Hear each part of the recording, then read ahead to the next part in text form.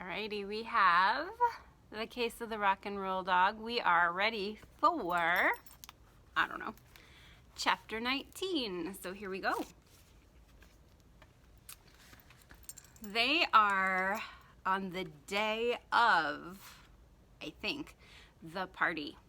So all of the kids from Cammie's class are coming, and the song boys are coming to play, and they still haven't found that baton. They're looking. They found the missing cookies, and they ate them.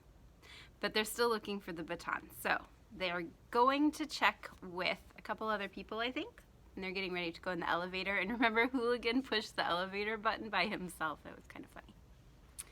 Tessa and I were still staring when the elevator door opened. "Hello, young ladies." "Hello, Hooligan." Mr. Bryant greeted us. "How are all of you this fine afternoon?" Hooligan trotted through the door. Mr. Bryant grinned and gave him a dog biscuit from his pocket. Tessa and I spoke at once. "Mr. Bryant, Hooligan just..." "Mr. Bryant, did you know Hooligan can..." "Call the elevator?" Mr. Bryant chuckled. "You're no dummy, are you, Hooligan? You know I've got biscuits." Hooligan wagged his tail, and Mr. Bryant gave him another one. "Your pup gives as good as he gets, though. Brings me treats, too. Napkins, mostly. The occasional Barbie. Sticks, sometimes." "He brings you treats? What do you do with them?" I asked. Mr. Bryant counted on his fingers. "Cloth napkins I return to the laundry," he said. "Barbies I give to one of the maids. Sticks and miscellaneous, Hooligan gets to keep those." "Does Hooligan use the elevator a lot?" I asked. Mr. Bryant shrugged. "I like to have the company." "Cammie, do you get it?" Tessa asked. "This is where Hooligan goes when he's AWOL." "One mystery solved," I said. The door opened. "State floor," said Mr. Bryant. Hooligan said, Tessa said, "Coming, Hooligan?" But Hooligan had curled up all cozy in the corner. "Suit yourself," I said. "Bye, Mr. Bryant." "Goodbye, young ladies, and I do hope the music's not too loud." The cross hall was empty, except for Charlotte, standing at the East Room doors. They were closed. Tessa and I ran up to her. "You'll never guess," Tessa said. "When Hooligan goes AWOL, he's in the elevator with Mr. Bryant." Charlotte laughed. "No lie?" Tessa crossed her pinky fingers in front of her face. "No lie." I looked at the doors. "Are they in there?" I whispered. Charlotte shook her head. "Their flight was delayed, but they're on their way, and the Marine Band musicians are setting up." I took a deep breath for courage. "We need to talk to Colonel Michaels."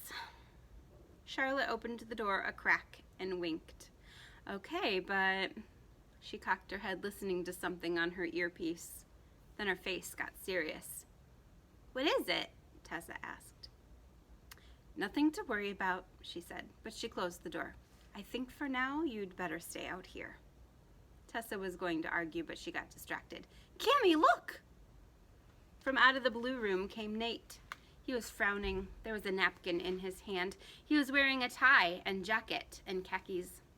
At last, my big chance to confront him. But I froze. What was that speech I practiced?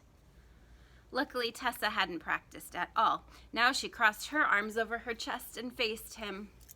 "Cousin Nathan," she said, "did you steal Colonel Michaels' baton?" Like I expected, he was surprised, but not half as surprised as me about 1 second later. "Yes, I did," he said, "and now they'll have to cancel the song boys, and it's all my fault, and I feel awful." Tessa looked at me. "Your terrible plan worked, Cammie." I wanted to tell Nate, "You should feel awful," but there was no time for that. "Where is it?" I demanded. For a long second, Nate didn't answer. Finally, he looked at his toes. "Gone." "Wait a minute. Nate stole the baton and then he lost it? Chapter 20. Tessa and I would have pounded Nate, except for one thing. The Secret Service is well trained. Settle down, girls, Charlotte said after she had hold of us. Let's see what he's got to say. Go ahead, Nate. I took it when everybody was cleaning up after Hooligan on Tuesday, he said.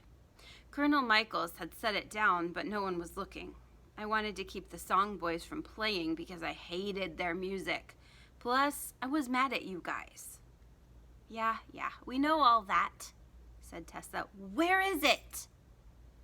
That's what I'm trying to tell you, Nate said. I don't know. I hid it in one of the big East Room fireplaces, but I changed my mind, and Thursday I went back to get it, only it was gone. The fireplace? Tessa said. That's where we found astronaut Barbie. Did you steal her too? Ew, of course not. I only ever stole one thing besides the baton. And when he looked at the napkin he was holding, I knew what the one thing was. The cookies, I said. It was you who put them in the vase. Wait, did you guys eat my cookies? Nate said. They were delicious, Tessa said. Nate sighed. They looked delicious. I saw them sitting on a tray when I came down to get the baton back. I couldn't resist. But then I had to hide them in a hurry because I heard you guys in the dining room. If you caught me with cookies, I knew you'd tell Mom. I didn't blame Nate so much for the cookies, but I had a lot more questions. Like, why had he tried to get the baton back? One of these days, after I strangled him, I was going to demand answers. But not right now. In the back of my head, I had this feeling I should be able to figure out where the baton was. It's like the pieces were there, but they were jumbled in my brain. All I needed was a quiet place to sit. All I needed was to apply logic. All I needed was to stand in line and greet guests because now they were starting to arrive. Young ladies, it was Aunt Jen. Along with my dad and Granny, she had appeared behind us in the entrance hall. Take your places, please. Nathan, you go ahead. Go ahead? Where was he going? There was no time to think about that, though. No time to think about anything. Tessa and I were trapped. We knew where Hooligan was when he went AWOL. We knew how the cookies got into the vase, but we still hadn't solved the mystery we really cared about. So, while I ordered my right hand to reach forward, my mouth to smile, and my tongue to say hello and welcome to the White House, I was also thinking about the clues. What did astronaut Barbie have to do with the missing baton? Was there really a White House thief besides Nate? And then I remembered something else. The two men Tessa and I had seen on Thursday, the ones wearing gray suits. Who were they anyway? What could they possibly have to do with the baton? It is hard to think and be polite at the same time. I said hello to Ms. Nichols and Mr. Brackbill, the school librarian. Evgenia told me she liked my blue dress, and Alexander reminded me about the tomatoes. Next in line was Courtney. She was wearing a red dress with white dots. I could see why she hated it. Hello, and welcome to the White House. I stuck out my hand. Courtney looked around nervously. Hooligan's locked up someplace, isn't he? I don't want to be knocked down again. I couldn't believe Courtney was bringing this up, but I couldn't say anything either. It wouldn't be polite. Tessa didn't care about polite. Your dad should leave our dog alone, she said. My dad? What's he got to do with it? Now I was confused. He wrote about Hooligan in his blog, remember? We had a whole fight about it. Like I read my dad's blog, Courtney said. Politics are boring. That fight was about how your dog's a thief. No, he's not, I said. He stole my marker, Courtney said. He stole my ballet shoe, Tessa said. Whose side are you on? I said. Tessa shrugged. I'm just saying. And that's when those jumbled pieces came together. Tessa, I said, it was Hooligan that stole your ballet shoe? Tessa nodded.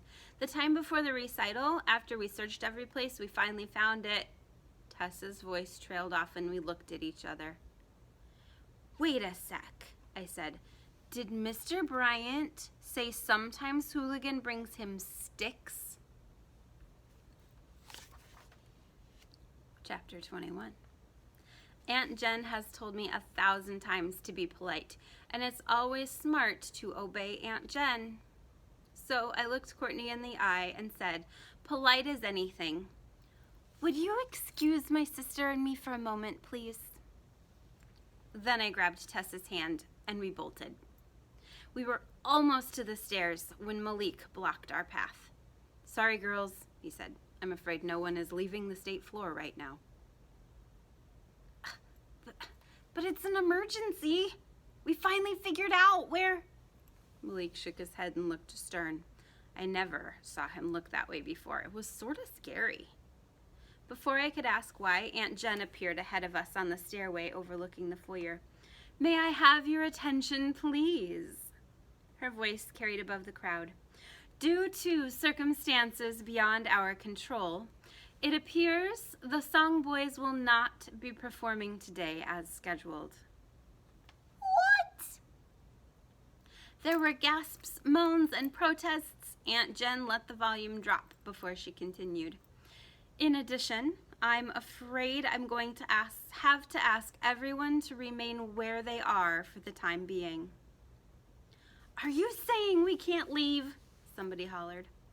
In seconds, the mood had changed from glad to angry, and as calm as she was acting, I could see Aunt Jen was upset. I'm terribly sorry for the inconvenience, she said, but I'm hopeful we may soon be able to open the dining room for refreshments. The word refreshments made people perk up. Why didn't you say so? Somebody said. The dining room doors were still closed, but a couple of boys moved in that direction. Aunt Jen seemed to be done talking.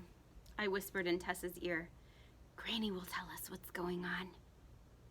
We found her discussing Goodnight Moon with Mr. Brackbill under the smiling face of President Ronald Reagan. His portrait, I mean. Just like Aunt Jen, Granny was acting all calm, but I could see her eyes were on police alert. Excuse me, Mr. Brackbill, I said. Could Tessa and I borrow our grandmother for just 1 minute? Mr. Brackbill said, no problem. I was thinking I should head toward the refreshments anyway. What is it? What's happening? I asked Granny when we had her all alone. And where are the Song Boys? Tessa asked. They're in their bus right outside the gate, Granny said quietly, but no one's allowed in or out till the security breach is resolved. What security breach? I asked. Granny looked to make sure no one was listening. You remember President Alfredo Chin was here this morning? Tessa and I remembered. Shortly after he left, he realized his red cell phone was missing, Granny said. He says it disappeared when he was in the White House, and he thinks someone in our government stole it for the information inside. He's threatening to create an international incident. What's international incident? Said Tessa. Very bad news, said Granny. Tessa looked at me and I knew what she was thinking. Cammy, is it possible? More than possible, I said. Granny, we can get that phone back. And save the Song Boys, Tessa added. But we have to get upstairs, I said. Granny looked at Tessa, then at me. Her face was solemn, and I could see she was unsure. Then she made a decision. That's my granddaughter's, she said. From a pocket, she took a key and pressed it into my hand. Now act casual. I said, yes, ma'am. And then Tessa and I put dumb, unworried smiles on our faces and sidestepped away. Say something ordinary, I told Tessa, and I put dumb, and she mumbled, something ordinary, something ordinary, something ordinary. The key Granny had given me was the one you need on the state floor for the elevator. Its entrance is off the hallway in a little room behind a door. When we got to the door, I reached back, turned the knob, and then, still mumbling and smiling, I bumped it with my rear end. A moment later, Tessa and I had slipped out of sight. "Hurry," Tessa said. My hand was shaking when I put the key in the lock and turned. The wait seemed forever. Finally, the doors opened and we hustled inside. Mr. Bryant looked surprised. "Are you sure you girls are supposed to—" "Granny let us," I said, and showed him our key. Mr. Bryant scratched his head. "Far be it from me to argue with Granny," he said. "Going up."